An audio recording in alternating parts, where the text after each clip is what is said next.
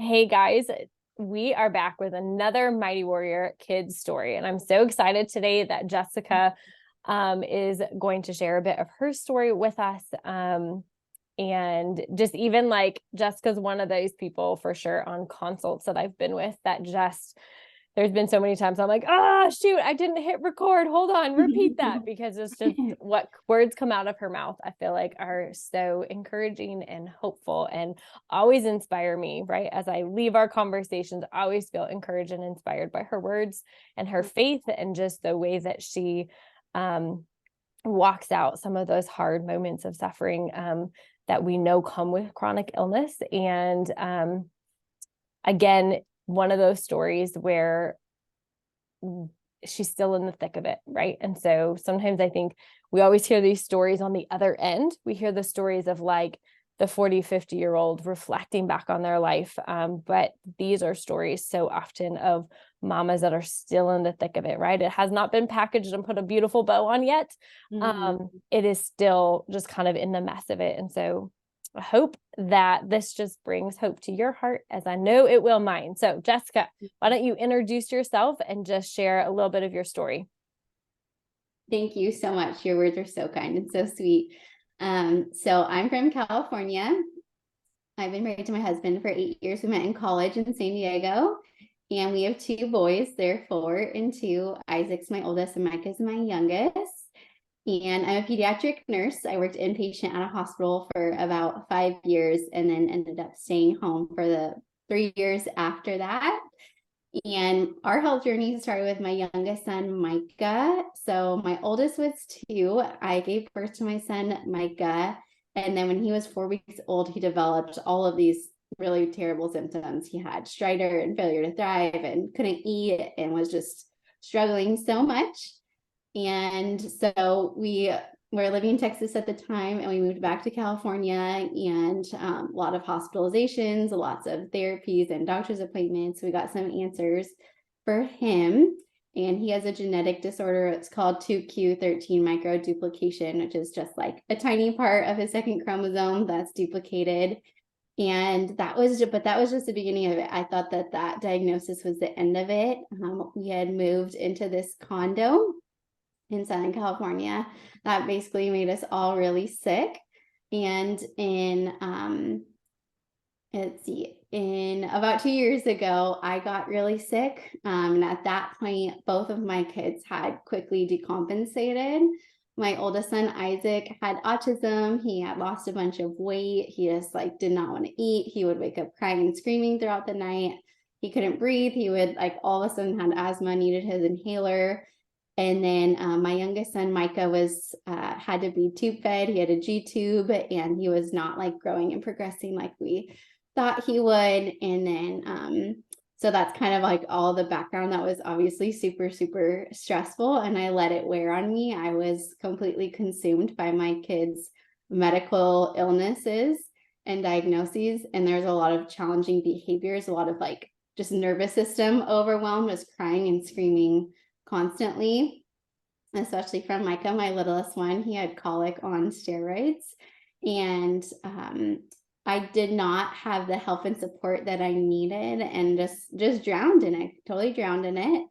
And there was miracles along the way, though, some really, really sweet miracles, which I'm sure I'll share later, but that's kind of the background of it. And then I got really sick. It was kind of suddenly. I got really dizzy and nauseous, vomiting, extremely tired. I couldn't walk from the couch to the kitchen. I'd never experienced anything like that. Went to tons of doctors. They couldn't figure out what was going on. So my mom introduced me to naturopathic medicine and went on this very long journey that I'm still very much in the thick of. I still don't feel well or quote unquote myself or like I used to. I believe that I'm going to feel so much better than I ever felt before, but I'm working my way up there slowly. It was just a lot of dark days, a lot of laying on the couch for days on end, barely being able to get up. Found out that we had mold toxicity. I was sleeping on a moldy mattress. We had mold just everywhere in the house. And we also had coolant that was leaking out into our house instead of going to the outside. The coolant was circulating inside, which is super toxic and terrible for you. So I'm not really sure what made us all sick, if it was the mold or the coolant or both, or there's spiritual stuff, or just like the stress and being so consumed by the stress really got to us. And we're doing a lot better since then. We've moved out of that home, and we're all 4 of us on healing journeys, but all still struggling. And so my faith has had a hard time keeping up, because it's been almost 2 years of being in a deep, dark pit and trying to climb our way out of it. And it's so hard watching your children suffer day after day for such a long time. It's not like an acute thing. It's very much a chronic thing. And so I've had a lot of days wrestling, holding on to my hope and not giving into the fear that this is our life story, that our life story is just that we're always going to be sick and we're always going to be suffering. I don't think that a God who's as loving and kind as our God is has that as our destiny. I believe that he is so much more for us. But it's hard when you're in the thick of it to keep your eyes focused on that ahead of you. Yeah. Yeah.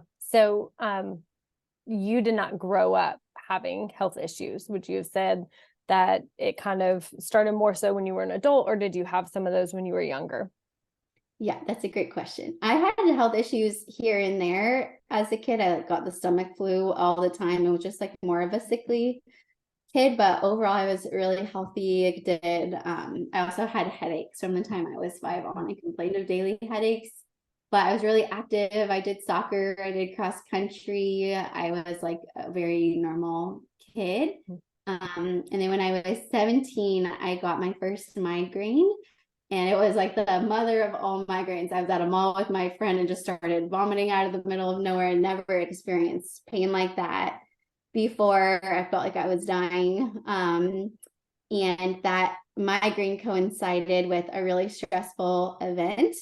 I had to make a phone call to someone that had abused me in the past in order to try to it was basically like a law thing, a police thing, a custody of his children. And I was trying to be brave and strong because I loved them, but that stress just literally triggered my first migraine, and I continued to struggle with migraines through college. And no joke, migraines, like terrible vertigo for 3 weeks that wouldn't go away, having to get hospitalized, losing tons of weight, just vomiting all night. And that would happen really frequently, like almost as often as once a week I would get a migraine like that. And there was nothing that I could coordinate or figure out why I was having that migraine. They would just happen at random. So I was just living in a constant state of fear, this just like very much paralyzed state of wondering when a migraine is going to strike, if it's going to strike, making sure I'd have my medication with me. And that spirit of fear stuck with me for a long time, and I had to kick it in the butt, and it still kind of rears its ugly head sometimes. But I had an amazing healing experience with Bethel. It's a church in Northern California, and they did a healing conference in LA, and my husband dragged me. I went like very unwillingly. His aunt was going to the Bethel school at the time. They have like a ministry school, and her and a group of friends laid hands on me and they prayed over me. And I have not had a migraine since. And that was like 10 years ago, maybe 10 years ago, maybe a little bit less than that, 8-10 years ago. And I was getting them so frequently, like no one could believe it. And so many people have asked me, like, did I change my diet or gotten a good medication? There's truly nothing else I did other than allow people to pray for me. And I carried that experience into my son, Micah. He was just crying and suffering every day with his tube feedings, and I couldn't take it anymore. And I got on my knees and prayed and cried out to God just that Micah would be healed in that instant and not need any more tube feedings. And from that day forward, Micah's been able to eat by mouth. He took his first bottle without choking that day and just never needed a tube feed again. So all like this chronic health journey has been so hard, but I remember these really big miracles that God has done in our life. Yeah. That's awesome. And I feel like that is sometimes the tension, right? Of like, knowing that you have a God that can perform a miracle like that, but then also not always understanding why he doesn't do that all of the time, right? Yes. Yes. Yeah. How do you feel like you've wrestled with that? Or where do you feel like you are on that end? Yeah, that is so spot on with chronic illness, and especially in your children, because that's every mother's desire, is to make her children better instantly. And sometimes there's not a quick fix. And it's hard to reconcile a God who is possible. Like, it's totally possible for God to do miracles. I've witnessed it in my life. I've witnessed it in friends and family's life, in my church. Like, there's no doubt in my mind that God can do sudden miracles, like with no forewarning, just in a snap of a finger, the miracle happens. And I grew up as like a very like perfectionist oldest child, did quote unquote everything right, and just have tried so hard to perform and be good, and feeling like I deserve healing and like my children deserve healing.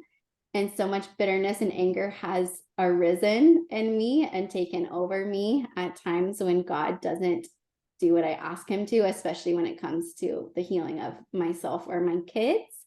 And it's felt like a big ask for God of me to care for my kids. They both have autism, and among all their medical things, like such a big ask for me to care for them while I feel so sick every day.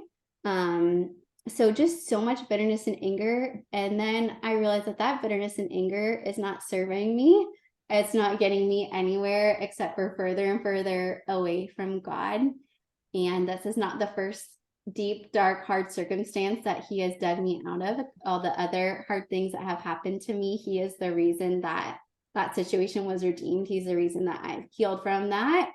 And so it's really just like day by day trusting him. And I feel better physically when I'm worshiping him, when I'm praising him, when I'm reading scripture, when I'm praying, when I'm close to him. I feel empowered and hopeful, versus when I allow the bitterness and the anger to creep up. I feel heavy. It feels heavy to allow bitterness and anger to control our narrative, to control our thoughts, to control our relationship, versus having trust and hope. Like there's healing that's done in our spirit when we choose that. And most days that's enough for me. That's enough to know that my spirit is healing and that I'm healing, and it's okay that it's slow.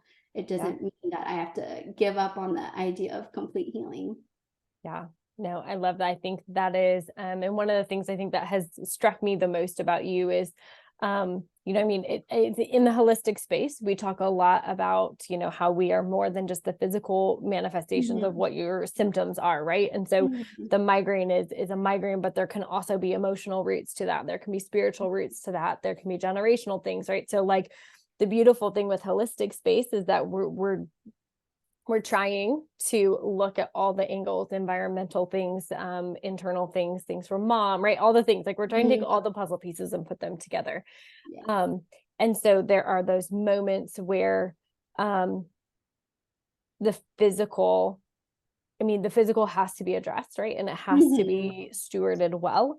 But then sometimes that process is slow. And so what do we do with the heart, our mind, our soul? What are we focused on, right? The beautiful thing of neuroplasticity is the idea that your brain can change courses, right? Your brain at one point may have been protective of certain things, which is why certain patterns form. But now we know, right, that like when you meditate on those scripture verses, like you're actually able to recircuit those pathways in your brain. And I think that is such a cool thing and such an encouraging thing. But I think the thing that always has struck me about you is when we get on calls and you're like, oh, like you lay a list of all these things that are going on, because we need to know that, right? In order to move forward in terms of like your symptoms or your kiddo symptoms or whatever, better, worse, right? And I laugh because you say it with such, that it almost feels like there's not a burden in it. Does that make sense? Like it doesn't feel as heavy, as other people, when I talk to them. And it always kind of struck me as like, okay, Jess, like, what is it about? What are you doing to keep that heart posture in a place of like, I know this is hard, but I know what I'm living for. And I know it's beyond, right, this moment kind of thing. So how does that play out, right? Because there are dark days, there are really hard days, and you have like not even touched the surface of like some of the stuff that you have to walk through with your boys daily, and they're close in age, right? They're little. So it's not like, and again, not that like if you had a 7-year-old and a baby, it would make it that much different, but they are close in age. And so we know that even like the most healthy children at that stage feed off one another, right? Like I was at a friend's house the other day and her little boy is like sticking his tongue out, right? And mom's like, we don't do that, like trying to like correct that type because he was doing it obnoxiously. Yes.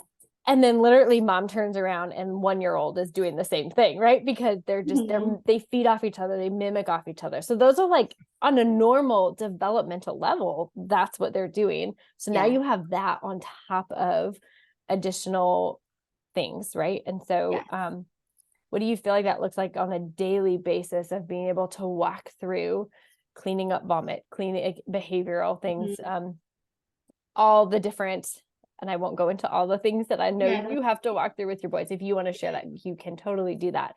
But what does that look like on a daily basis to be able to give that back over to the Lord and to be able to continue to work on the physical while also, I feel like you hold it so loosely compared to so many of us. So does that question make sense? Yes, it totally makes sense. And that's the highest compliment.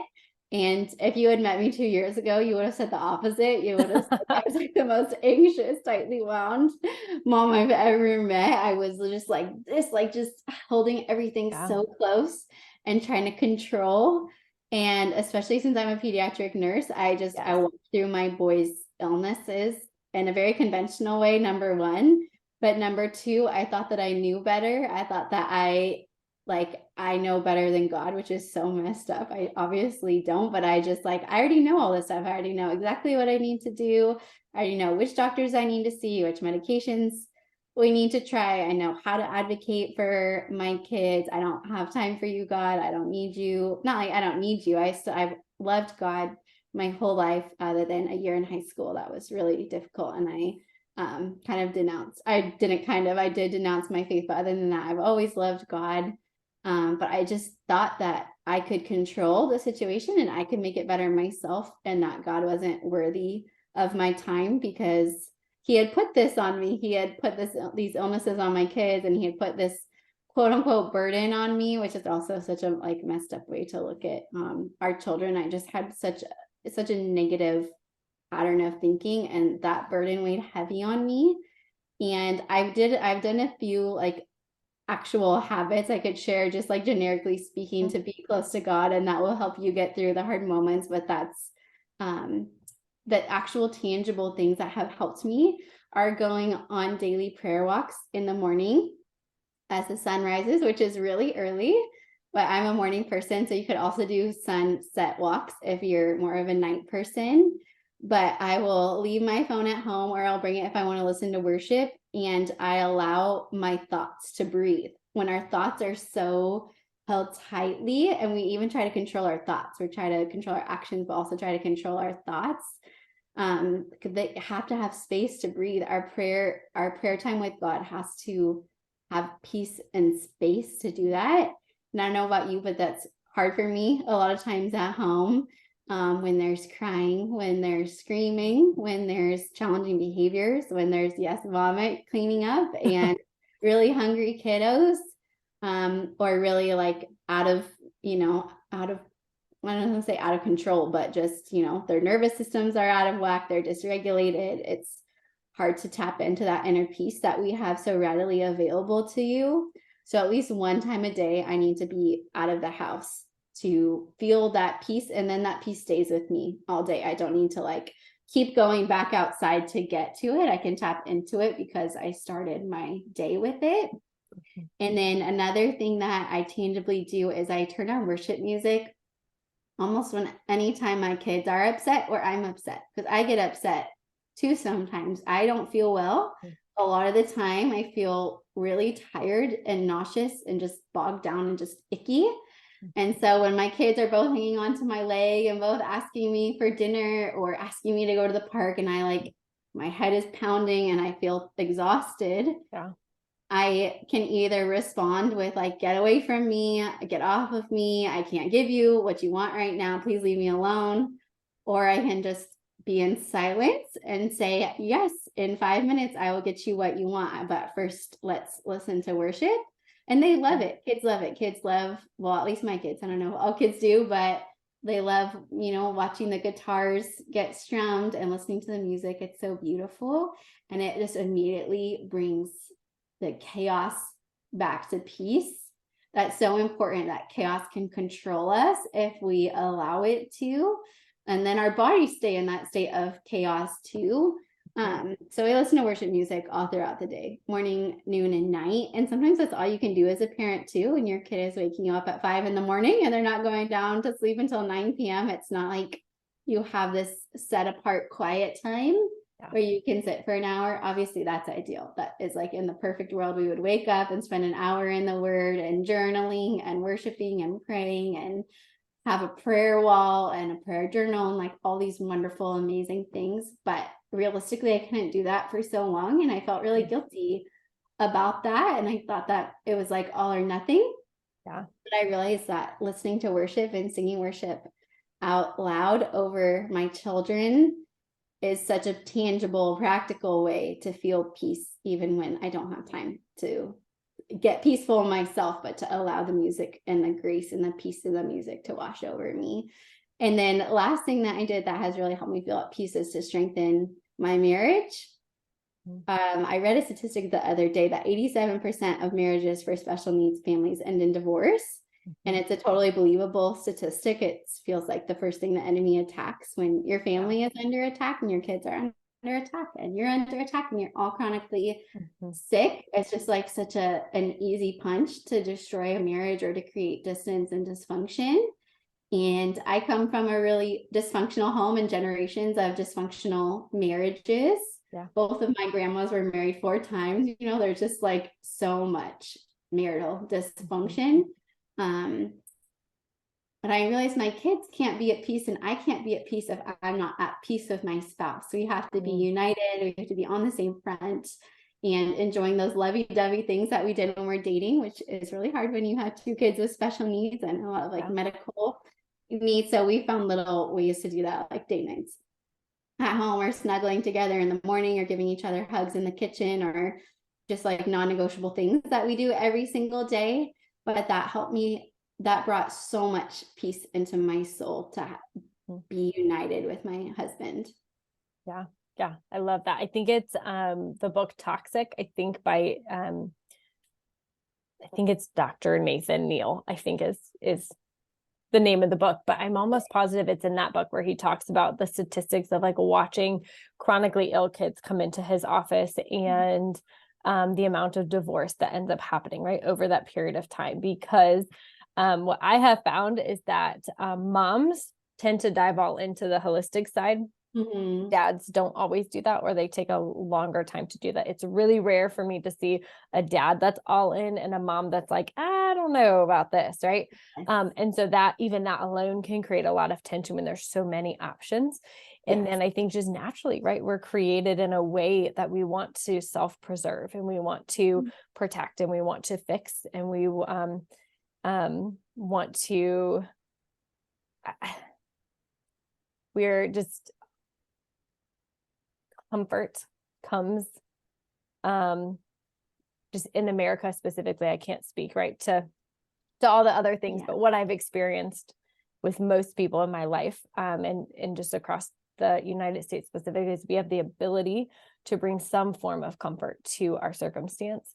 And thus we're constantly striving for that. And so what I have found, and I don't know if I would love to hear your thoughts on this, is what I have found is that in my illness, in my children's illness, it drove me to the feet of Jesus in a way that wouldn't have happened if I was able to fix everything that, right? And so sometimes even the supplements, they work eventually, we are definitely like, we're thriving in a way that would have never happened, I don't believe, if we had not changed our diet, if we had not, done supplements and worked on some of the lifestyle pieces and those things. Like I know that, but I also know that they took a long time to work.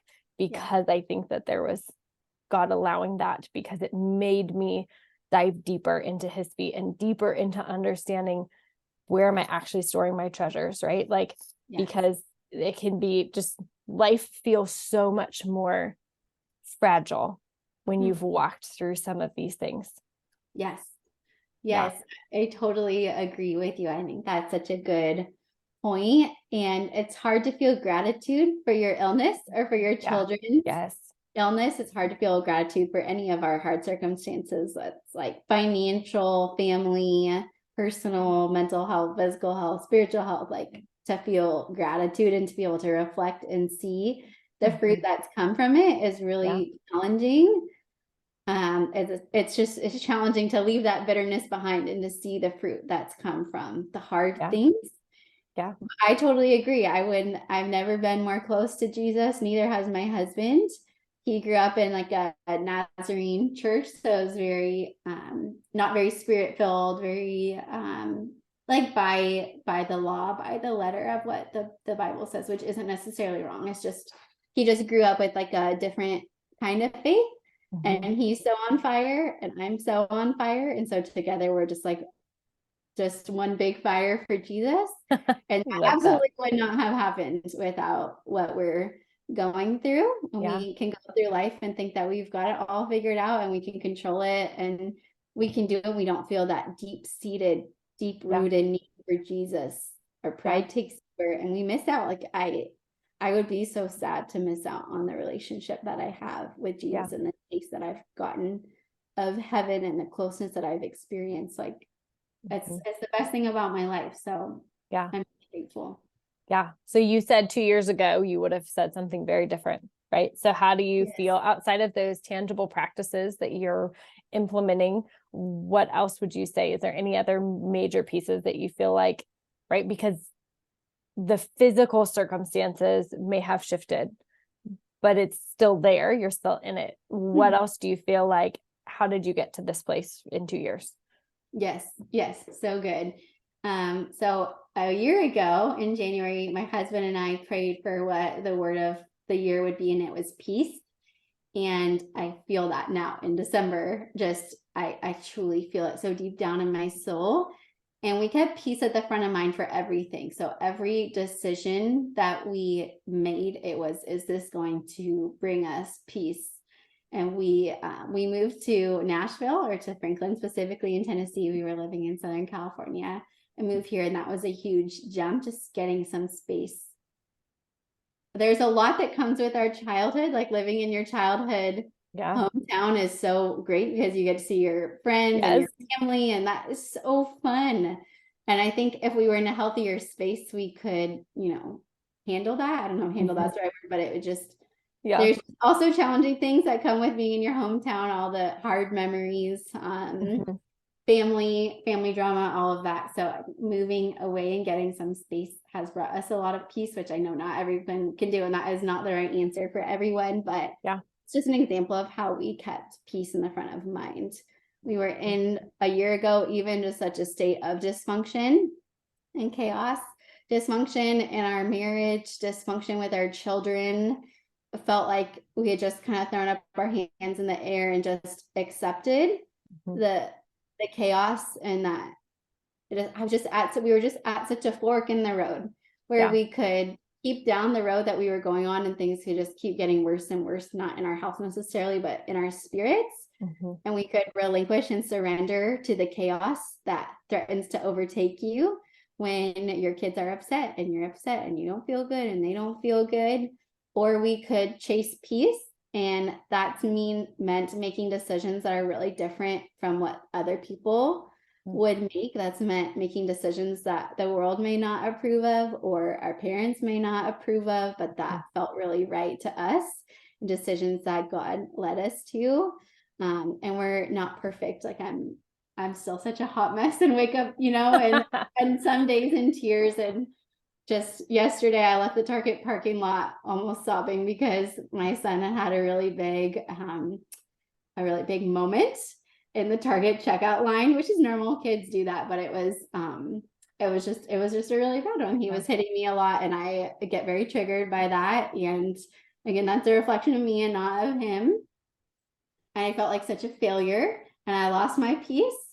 And they were both screaming in the back seat of my car. And I said, okay, you guys are going to watch a movie. I'm going to turn on some worship and we're going to pray and just walk our way through this. So yeah, we just chase peace and accept peace wherever it can, even if that means making decisions that are not world approved or social media approved. They're like, it's just what we need to do to feel at peace. So keeping a Sabbath, on the weekends, having really specific time together, in the evenings as a family and as a couple, just literally anything to block out the chaos that the world will, like, it will overtake you if you aren't intentional about setting boundaries in your life for peace. Yeah. Yeah. I love that. I think one of the conversations you and I have had is that process of lament in the being able to like grieve the loss of childhood that you thought your kids were going to have, or grieve the loss of parent, like motherhood that we thought we were going to live, right? And it looks different. Do you feel like that, would you say that in addition has played a role, or with that, just kind of like maybe an overflow of the other things? Oh, yes, absolutely. Yes. I'm so glad that you reminded me of that. I held on so tightly and refused to accept my kids' diagnoses, or it's not even about the label, I guess, but accept them for who they were, the condition for what it was. And I just went about life like everything was normal, like everything was fine. I didn't say no to any social activities or family activities. We like kept up with the Joneses financially and all like the things we would buy, even though we had a stack of medical bills sitting on the kitchen counter. Just refused to believe or acknowledge what was going on instead of lamenting. And like that was more painful to me, the thought of lament and the thought of processing and the thought of moving forward past it meant that I had to accept it in the first place. And I wasn't ready to do that for a long time. And I had to get nitty gritty with God in my journal and out loud, speaking out loud, like sometimes even in the middle of the night. I just remember so many times where I was woken up in the middle of the night and that was like, it was to pray. Like I knew that it was to pray and to let it go, because praying out loud in front of my kids, especially about them, felt kind of weird. But I'm so glad I did. I took advantage of those 2 a.m. wake ups and yes, absolutely had to let go, because there's so much stigma that comes with any diagnosis, so much heaviness that comes with it. And if we don't lament it, then that heaviness stays on us. Yeah. Yeah. And I think that is such a beautiful, I think just the word lament, right? It is, and I think I remember when we miscarried, like how it was a weird thing to grieve the loss of a life you've never held. Yes. And my oldest sister had passed away before I was born. And so I kind of knew a little bit what that meant, to grieve the loss throughout my life of like, oh, if I had a big sister who's 8 years older than me, would this situation look different? Because would she be here speaking truth into this situation? Because she would have been so much older than me, right? And would my life have looked different if she had been there, right? And so I knew a little bit of what it meant to grieve when you're by yourself grieving, right? The loss of something. Miscarriage felt very much the same way. And I think that's for me how the Lord like introduced me to that whole process of like, do you know what it means to grieve by yourself? Do you know that it's okay to grieve and walk through? Like, I think when someone physically dies, we have things in place.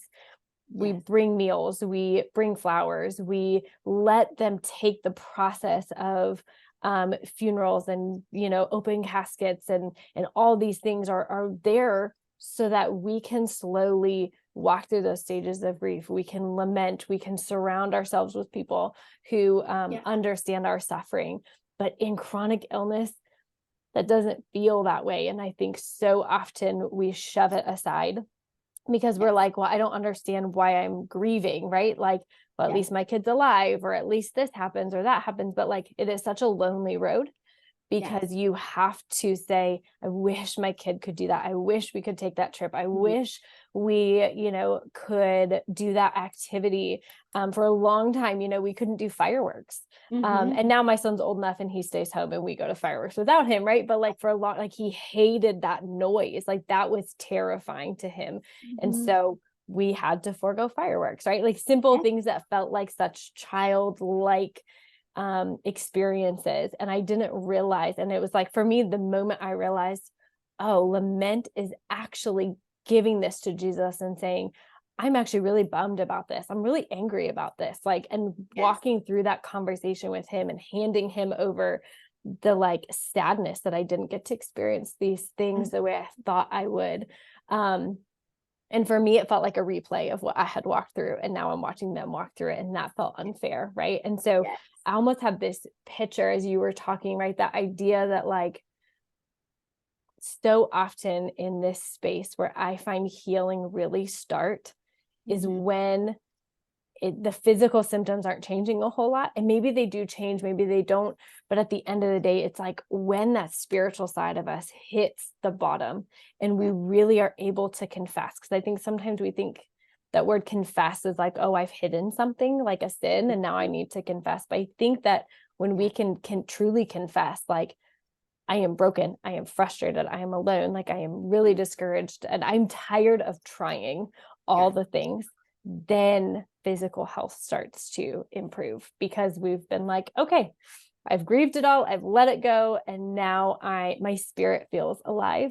And now my physical body starts following suit. And that's hard because I know for me, so long, I was in a place of like, I know that logically, but I can't force that to happen. Right. Like, it's almost like jumping into a riptide. You just have to kind of swim with it until you can get out of it. Yes, I totally agree. And for anyone listening, I hope that they rewind and listen to everything you just said. And that's okay. It was so good. That was such a good, just so good. Everything you said was so spot on and so true. And it's a scary thing to do, to lament and to grieve. And to give yourself permission, exactly like you were saying, it's so hard to give yourself permission to grieve that this is a situation where it's okay to grieve what you're missing out on, even if it's something simple like fireworks, or family dinners, or Target trips. You're like, I can't even go into Target. I can't even go to Target. I lost Target. There's just, it's so hard to accept that it's okay to feel sad about that, especially as a Christian woman. Like I don't want to offend God or seem ungrateful or seem negative, but you have to accept that and let go of it in order to move on and truly be able to care for your child and for yourself in the way that you need to. And I do think I've taken certainly a factor in me taking so long to get better was not allowing myself to grieve all that I had missed out on, all that my son had missed out on, all the pain and suffering that he endured for so long and still endures through sometimes. Like that's hard. If you don't grieve it's just sitting all in here and it's not going to go anywhere until you take the time and space to do that. Yeah. And I think that the holistic space would say, and even beyond the holistic space, I think most people would agree now that we can't really get better till that nervous system heals. Right. And when we can't confess the reality of where we're at, I don't think that nervous system can fully heal. Because are you safe? Do you feel like you're still swimming upstream? Are you in fear? Okay, well, how do you actually get better and change the narrative when you're stuck in that cycle? Yes, that's so true. What are some of your favorite ways to heal the nervous system, or where do you recommend parents starting if they're listening to this and they're like, yes, I'm tapped out, I'm overwhelmed, I haven't grieved, I'm all over the place, I'm hot mess express. What would you tell them? I love that. Now you're interviewing me. I know, it's just a good question. Love it. Yes. I feel like I have a hard time with like black and white answers, which I think is why I love what I do, because I'm like, I don't know, it's individual to every person, right? Because because for a lot of times I would say that parents are the doorkeeper. So you have to figure out, right? Sometimes I will tell parents, I know your kid feels like they're on fire. You have to let them go for a minute and you have to get better, because if you can't get better, if you can't focus, then how are we actually going to get them better, right? So sometimes I think that reminder that like parents, it is a point of balancing yourself first and walking through what that looks like. It's amazing to me how often my response to my kids has changed because I've gotten healthy on the inside, and some of that is truly meditating on scripture, right? Like, and taking the word of God and literally speaking it back over and over for, sometimes there's some verses I feel like I've sat on for 3 or 4 years. Like, I don't fully understand what this means, but I know it's important. So I'm going to keep speaking it into my situation. I'm going to keep saying like, okay, I may not understand this, but your word has to sustain me. Like, if our physical bodies are sustained through protein, right? And I'm all about protein.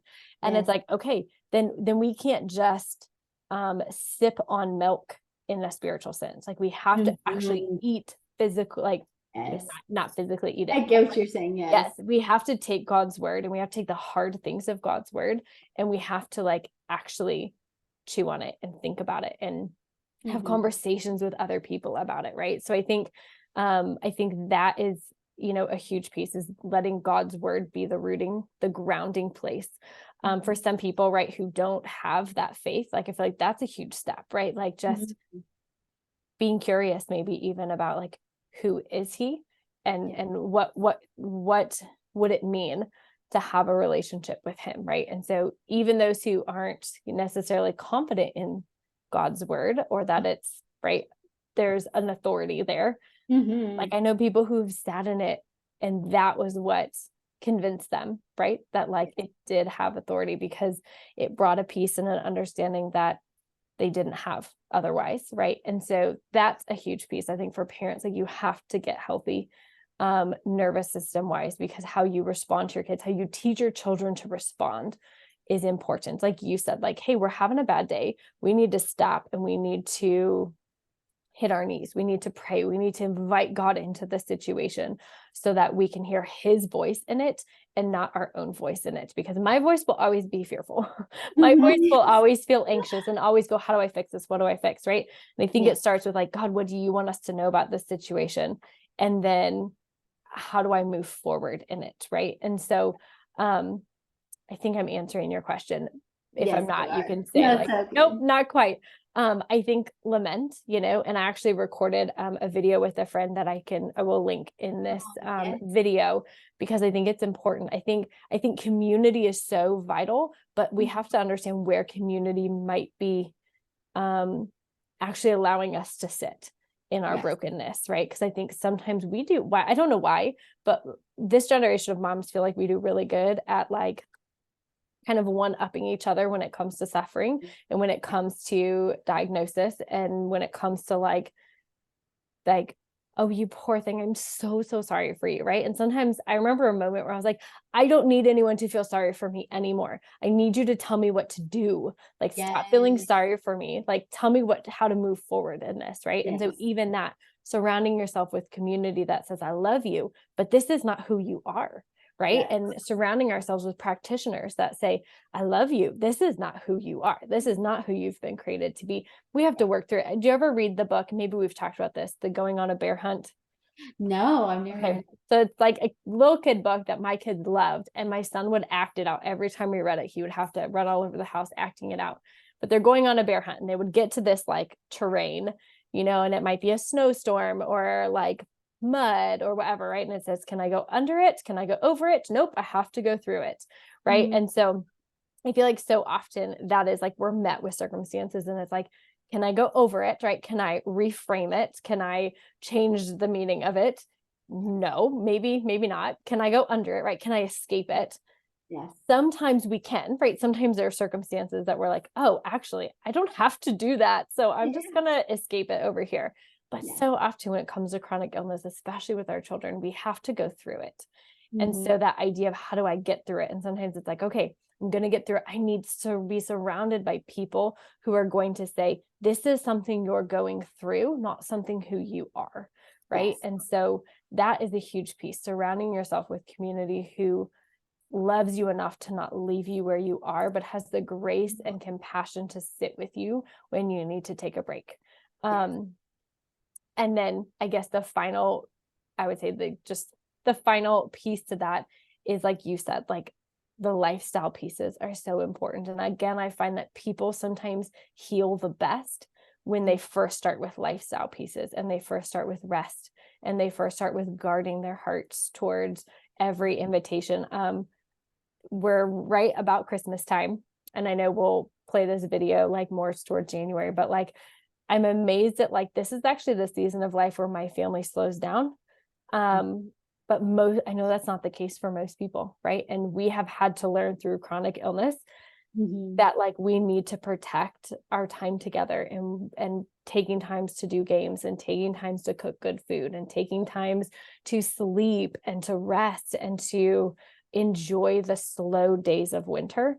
And most people around me don't do that, right? They ramp up. It's Christmas. They have 5 parties every weekend.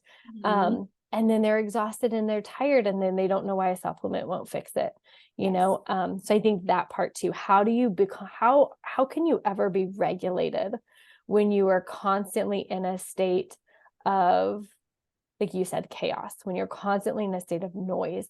How do you actually ever really heal? And I don't think we can, but so often we don't like the silence either, because that Yes. feels scary. Yes.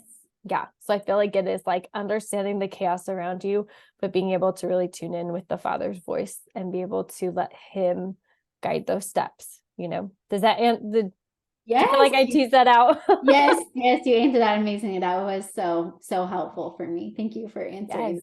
Yeah. And there's obviously like also tools that like we have in our home, you know, like a piranha mat or things that sometimes I do need a physical, it's very helpful to have something physical come in, acupuncture. You know, there's different microcurrents, there's different things that can help regulate that nervous system, essential oils, right? So there's obviously practical things in addition to, but those things again are temporary, and they're going to hold you temporarily so that you can work on some of the deeper levels. But I think that is ultimately where we're after, right? Is changing us first so that our kids can learn to heal differently. Yes. Yes. It's amazing how much they copy us and Yes. imitate and how much Even when mirror. yes, I'll say even when they have health issues, right? Like sometimes, Mhm. yeah, yeah. How has your Yeah. Yeah. experience been with that, right? I mean, your kids, they communicate differently, right, than maybe the neighbor's kids, but how do you see them mimic what you do? So much. Yeah. Even both Isaac and I weren't feeling good this morning, and we were both having like the same exact symptoms. It's so trippy and so weird, but also so beautiful, because that means that when I'm healthy and I'm in a good space, so is my child. Now, not like that's not like 10 Sure. out of 10 times, but like at least with my own kids, the majority of the time, if I can get my spirit and my body in the right space. So are my sons. Um, I'm so sorry. I blanked on the question, and I just No, went you're right. good. No, What you're was good. your question I think again? you answered just the idea of like, how Okay. do we see them mimic, right? Because I know a lot of autistic families that I've worked with, sometimes the wrestle is they're like, I don't think they're understanding me. I don't think they're actually hearing me, you know? Mhm. Yes, yes. I did feel like that for a long time, especially with my youngest son. He is mostly nonverbal, although he's saying a lot more words now, so that's huge. But yeah, I just like sometimes feels like you're speaking in one ear and then it's going out the other, especially with an autistic child, and of course toddlers too, because they're so enmeshed into their own world. But the way that Isaac, my oldest, talks about himself now or sees himself now is a reflection of what we were saying to him 2 years ago and what we were modeling to him 2 years ago. It might be a little bit slower if you have a child with a chronic illness, or especially a child with autism, to come full circle and come back around. But I've seen him walk with confidence because we've told him who he is and Love whose that. he is. And even if he doesn't feel good, or he's, really different than the kids at the park, or they say something mean, he still like walks away mostly unscathed, because I hope, at least because of what we've tried to mirror for him too. Yes. Like, especially like the love that we share with my husband, the love that I share with my kids. It's so hard for an autistic child to show you that love back. Not for every single one, of course, but just for like the stereotypical autistic child to show you that love back and show that they received and heard what you said. But it does happen. Yeah. Yeah. I love that. I have 2 more questions for you. Okay. So I want to be conscious of your time and also people listening to this, right? I mean, Yes. we could probably sit and talk for hours. But the 2 questions I have, the one would be, I would love for you to just share what you and your husband are working on. What is a project that has kind of been birthed out of what you've walked through? Oh, thank you. Thank you for giving me space to talk about that. So we are creating an app called Redeeming Special Needs, and we have a website and blog right now called it's redeemingspecialneeds.com. And I took that word redemption. There's been some really hard circumstances that I've gone through that God has so like unequivocally redeemed. I had an abusive boyfriend in high school, and now my husband, as soon as I met him, I knew that he was going to be my husband, because he just could not be more gentle and sweet and kind. And the day I met my husband was the same day as my abusive boyfriend's birthday. It was like, just like, what are the coincidences out of the 365 days a year that this is the day that we would connect and meet and fall in love so quickly. And there's just been countless other things that God has, just like a tiny example of things that God has, like the hard things that have happened, that God has spun and turned around and made it something so beautiful.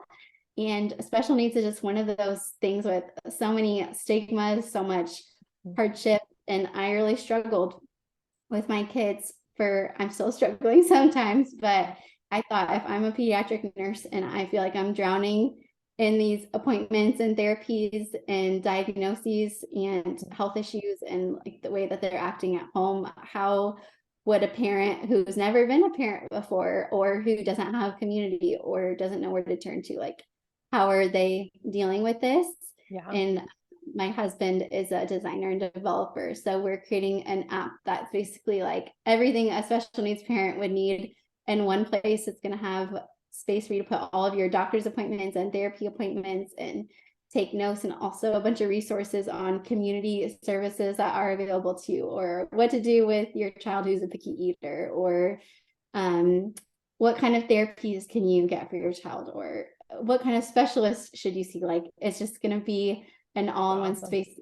And it's really like a ministry. It's not something that we're doing for profit. It's really just something that we want to bring to the community what we needed in the beginning of our journey with both of our special needs children, and that we still need now. My mind still feels like, it just feels like a hot mess, chaotic everywhere. It's so hard to keep track of everything and to do everything right. And we just wanted to have a space where you could put all of your kids' things, all their appointments, medications, therapies, but also have resources that make you feel supported.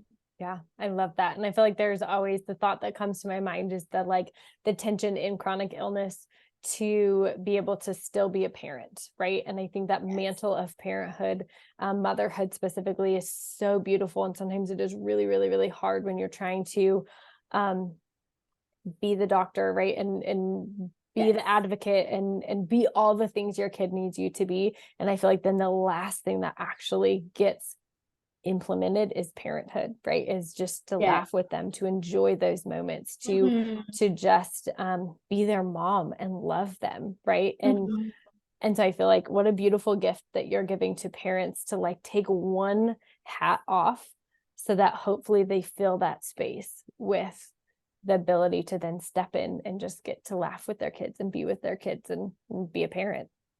Yes. That's so funny you said that. I just wrote a blog yesterday on 5 ways to enjoy your child with special needs. So that's so funny you're saying that. Because I love that. Taken away. Sometimes you get too caught up in being their caregiver and not their mom, snuggling enough, hugging them enough, kissing them enough, not because you don't love them, but just because it's so hard to wear that caregiver hat and that mom hat. And I think Yeah. that's so beautiful that you have to step away from that caregiver hat at least a few times a day and just enjoy your sweet baby. Yeah. Yeah. Because that relationship, again, right, far surpasses. It's like you were saying about your husband. Like that relationship goes beyond what might be experienced in this season. That relationship will extend, into their whole life. Yes. But it is so important, especially when they're young, to have those pivotal touch point moments where you get to just be mom. Yes. Yes. Yeah. So true. I love that. All right. Last question would be any Okay. just final words of encouragement, wisdom that you would like to share with other mamas? Oh, that's really, really great.